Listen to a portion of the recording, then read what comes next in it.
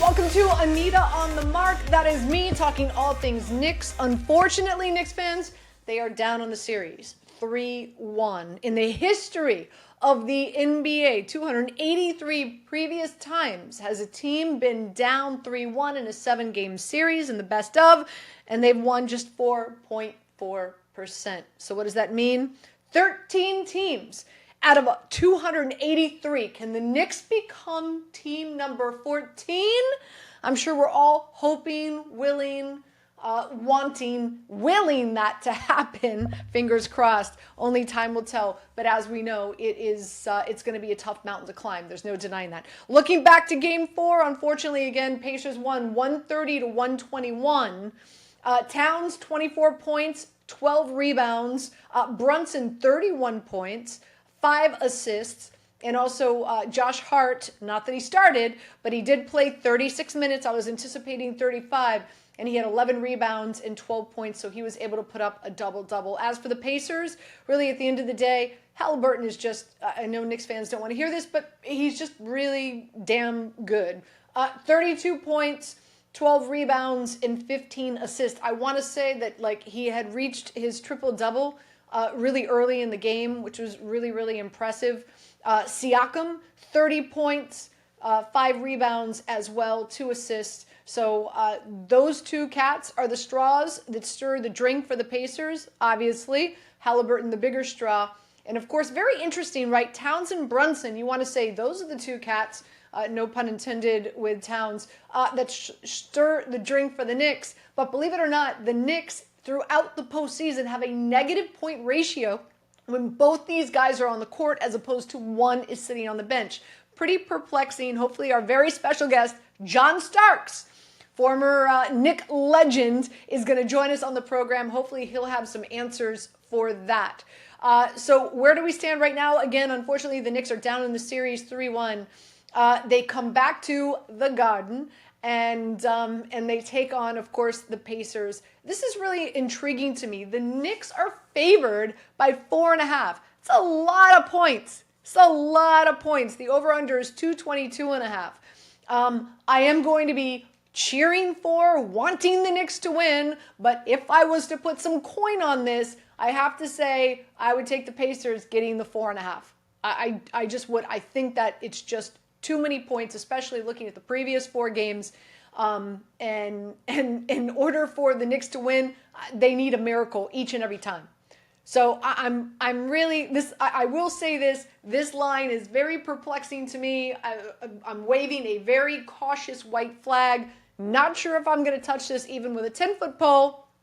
But if I was to play this, I would play the Pacers getting the 4.5. Also, just to share with you some other prop bets that have been hitting for me, and that is Siakam over his points and rebound total. Again, Halliburton is the face of the Pacers, but Siakam has just had his way with this Knicks defense. So over points and assists for Siakam. Also, even though, again, Hart is not starting, he's still averaging anywhere between 30 to 35. Again, he played 36 minutes in Game 4. I like his over-rebounding total. He's not scoring like he was against the Boston Celtics, but he's contributing in other ways, and rebounding is a huge one for him. So I like over his rebound total, which usually hits somewhere around 8.5, 9, 9.5. But again, he put up 11 this last game. So those are two of my favorite prop bets heading into, of course, the next game here at the Garden, Game 5 against the Pacers. Without further ado, let's bring in our very special guest, very good friend of mine, John Starks, one of the greatest Knicks to ever play at the Garden, that's for sure. Now, part of the Alumni Relations and Fan Development Advisor for the Knicks. So, and what an important role that is. But he's here to preview, actually, let's recap Game 4 preview and look forward to Game 5. John, welcome in.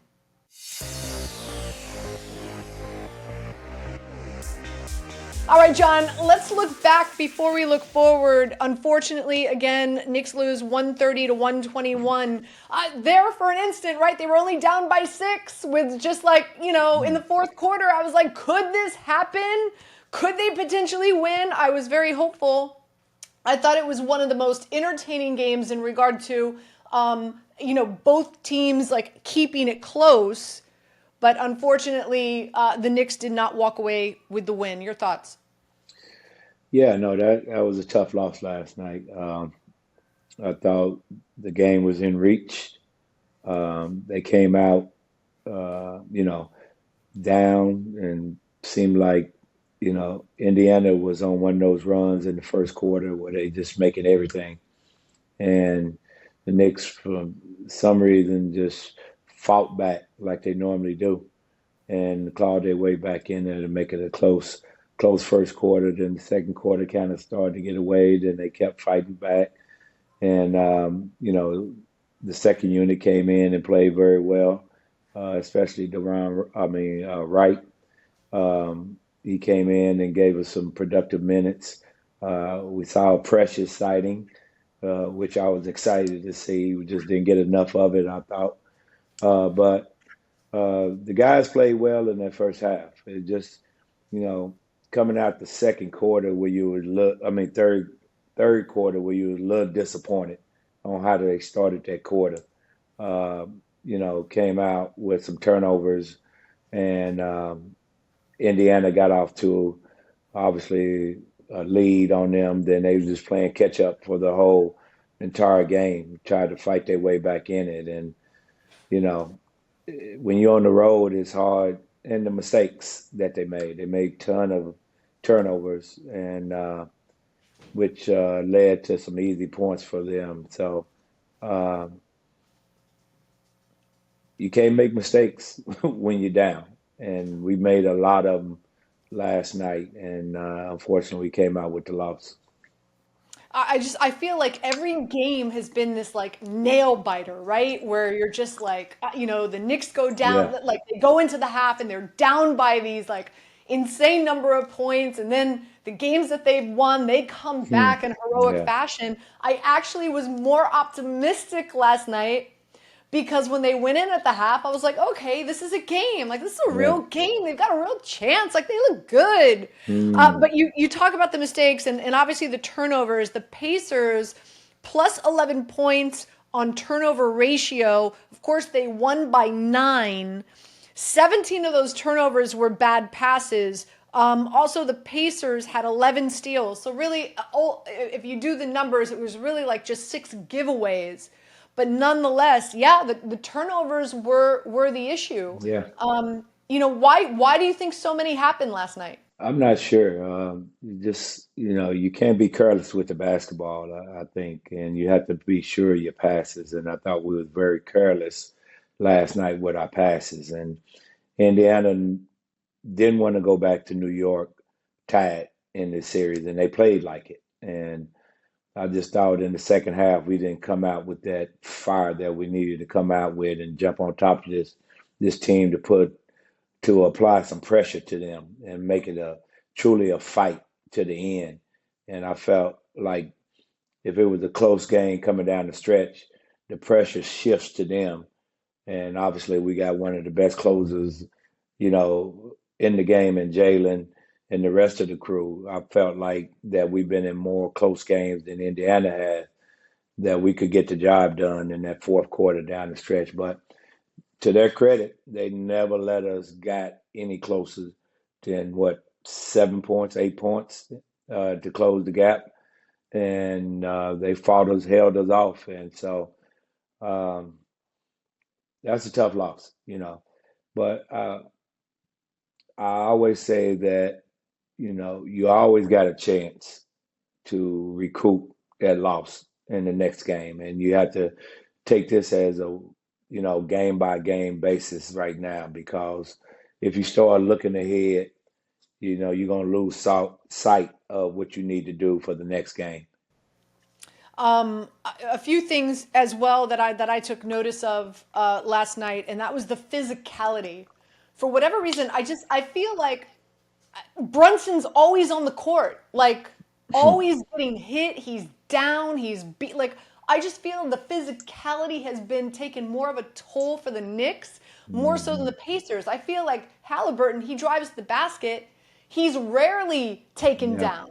he's rarely getting the physicality that I'm seeing. Why Yeah, is that? yeah, Do you feel that the Knicks are being more cautious in regard to not wanting to get into foul trouble because their bench isn't as deep as the yeah. Pacers? I wouldn't say our bench is not as deep. I think that's as deep as the Pacers. I just think they use their bench a little bit more. I think we got players over there that we definitely can, go out there and play in this game, and we're just not using them for whatever reason. That's a coaching decision. So, um, but no, they are, being physical with us, and this is the playoffs, and they're gonna let you be physical. And if you start off that way, referees tend to let you play that way. And so, um, but our guys been dealing with this all playoff long. They dealt with it with Detroit series where they've tried to play them physical, and it doesn't matter with these guys. I think that has no bearing on whether you go out there and you play to a level you're capable of playing. It just, you know, you have to stay locked in from a mental standpoint, far as, making sure that you take care of the smallest little details. And coaches always talk about those details get you beat. Like I said, we had too many miscues last night in a very, very big game. And we just have to clean those up. And all our losses, the games that we did lose to them, has been little small miscues and mental miscues. And so if we can clean that up, I still feel like we can win this series. I really do. And, because of the way the games has been going, they've been close games. So if we just clean up those little mistakes and make sure that, we doing all the proper thing on the defensive end of the court and not letting them get to the basket as much as they was doing last night. I mean, they had like wide open lanes that they were just driving down, and that's not like Knicks defense. And so those are the areas that I feel like we have to clean up. And if we can clean those areas up, we're gonna give ourselves a chance to come back and win this series. John, another thing that I realized last night in watching, I felt the pace of play was more in the style of how the Pacers like to play than the Knicks like to play, right? Half court defense Hmm. benefits the Knicks more. Yeah, How do they slow that down and game? Well, for two-part question. You agree with me? If yeah. so, how do they slow it down in game 5? I agree with you because that was the pace in the first half. It slowed down tremendously in the second half. What they scored less than 60, a little bit over 60 some points in the second half. So more so than what they did in the first half. We thought they was on a 160 point pace the way the game looked in that first quarter, but no, the Knicks defense kind of clamped down on them. But they got too many easy layups. We have to do a better job if we're gonna switch out there to guard. And I don't think we did a great job in that two-man pick and roll between Halliburton and whoever he has, Turner, whoever he has come up and set that pick. Is whoever switch out on them got to get down and play defense. As simply as that. Don't be afraid to step out there and guard. Because if you let them keep going down that lane or keep manipulating you and getting whatever he want off that pick and roll, uh, he's gonna hurt you. He's good at it. And, you got to take your hat off to him, and he's good at manipulating the pick and roll. But just whoever step out on him, you just got to get down and play him, and get up into him, and don't let him play with the ball. That would be my antidote to playing against them. You know what I mean? So um, it's going to take a mammoth effort, obviously, to dig your way out this 3-1 hole. It has been done. I feel like we got strong individuals in that locker room that's capable of getting it done.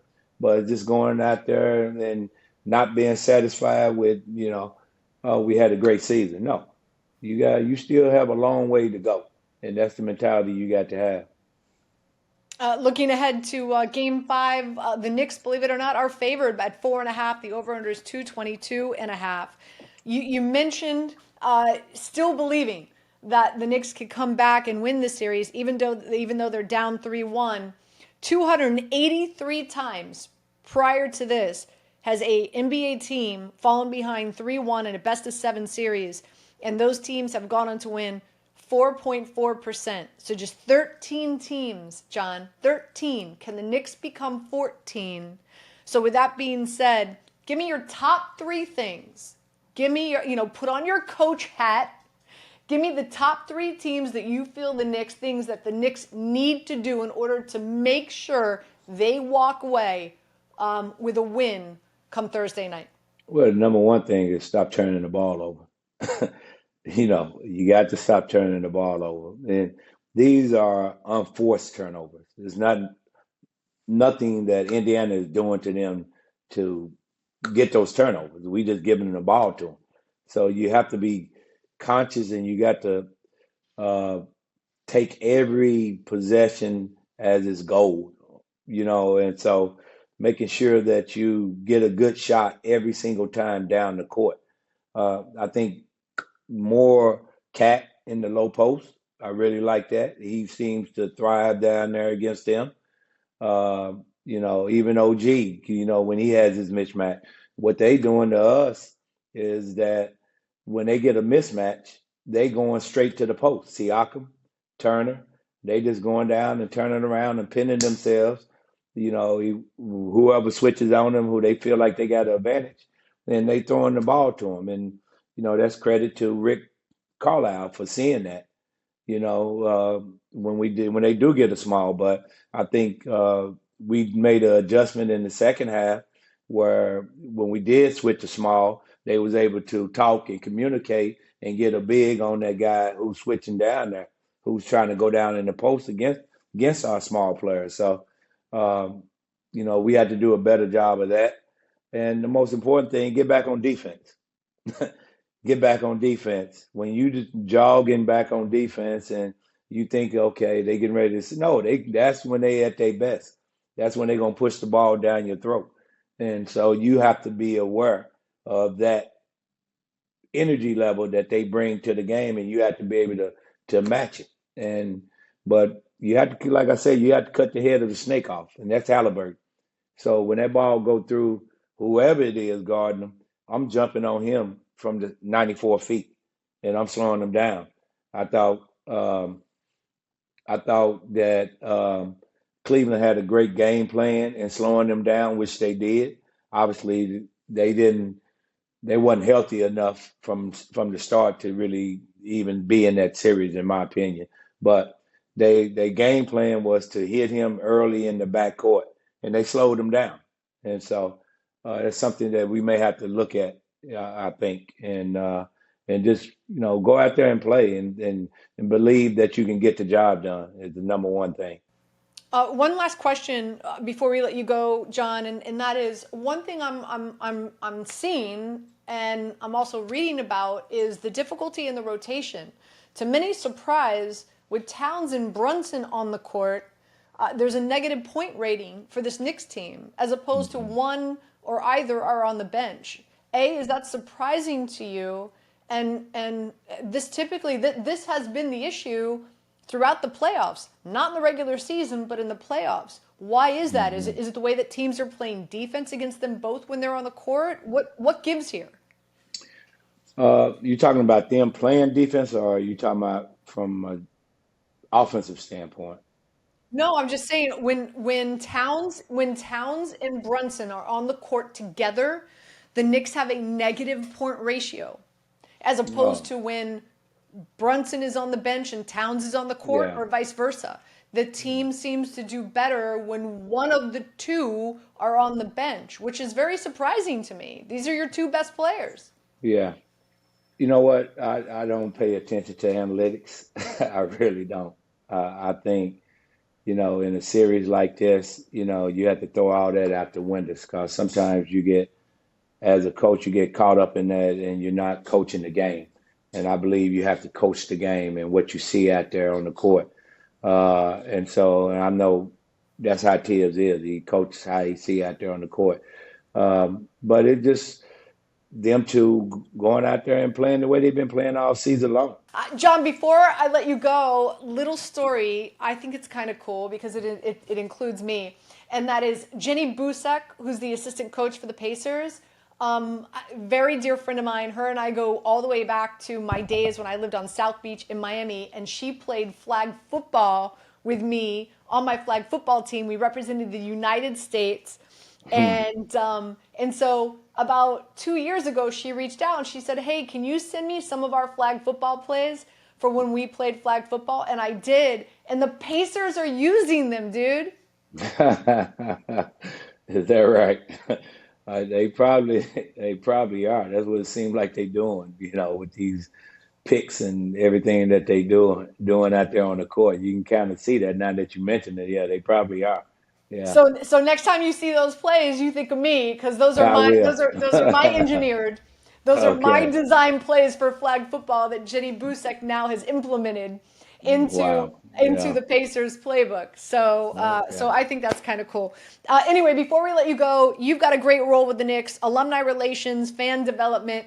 I was just gonna say I can, but I can't even imagine how this season and this postseason really has played such a major role in the success in that department for the Knicks, right? Yeah, it's been great. All the our former players have come back and truly embrace this team and the excitement that they're showing over there on the sideline during the game. It's been fun for me, you know what I mean? Because that's something that you don't get to see these guys all the time, but when they can come back here and we're here joining spirit to root these guys on. It's the best. There's nothing like it. And then you get a chance to catch up with them. You catch up on old times and things of that nature. And and we all down there like coaches. So it's been pretty fun, and the team really appreciate us being there for them, and so. Uh, it's just a ball of laughs down there, and we just trying to do our part to help cheer these young fellas on. Well, next time you see Patrick Ewing, let him know I said hello. It's been a I minute. definitely He might will. not even Yeah, remember me, but yeah. my Patrick time in remember Miami. everybody. Yeah, My time in Miami, I was really close with Alonzo Mourning, his wife, and, yeah, and, and that yeah, whole crew. So whenever Patrick would come down to Miami, we would all hang out, and yeah. it was a Nice. really, that was a fun time. Yes, nice, nice. I So let them know. anyway, John, so great to have you on our show. I so appreciate your time. I know how busy you are. Again, recapping Game 4, looking forward to Game 5. Can the Knicks become the 14th team out of 283, down 3-1 in a series to come back and win the series? We're all rooting for them. We're all hoping that happens. And again, appreciate you joining us. Thank you, John. Yeah, yeah. They got to make history. That's what it comes down to. There's been a lot of history made this year. So being the 14th team, I think that's going to be historic.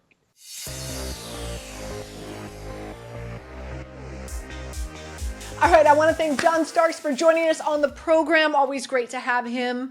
And of course, just a wealth of knowledge, that's for sure. Again, just to recap, my picks and plays from we launched when we started the show. I just think 4.5 points is a lot. If I was to play this, I would take the Pacers getting the 4.5 points. Also, Siakam over points and rebounds, and Hart over rebounds as well. Those are my two favorite prop bets heading into Game 5. Want to let you know next week we are taking the show on the road. We are heading up to Saratoga, where they will be hosting the Belmont. So our Belmont preview show will be coming your way next week. Really excited about that. My dogs are obviously really excited about it. So make sure you tune into our preview show. America's Best Racing is going to be a part of it. Of course, Naira Bets. That's where you want to go, of course, to wager all things Belmont. And we will have, of course, your really the deepest and best analysis, how to take you to the window and how to win some money with the Belmont next week. So stay tuned for that as well. And if the Knicks are still in it, which we hope they will, we'll have some more Knicks coverage for you there as well. We thank you so much for watching, subscribing. Please comment. Would love to hear and read your comments in regard to this Knicks matchup. And we'll see you next week. Again, thank you so much for tuning in.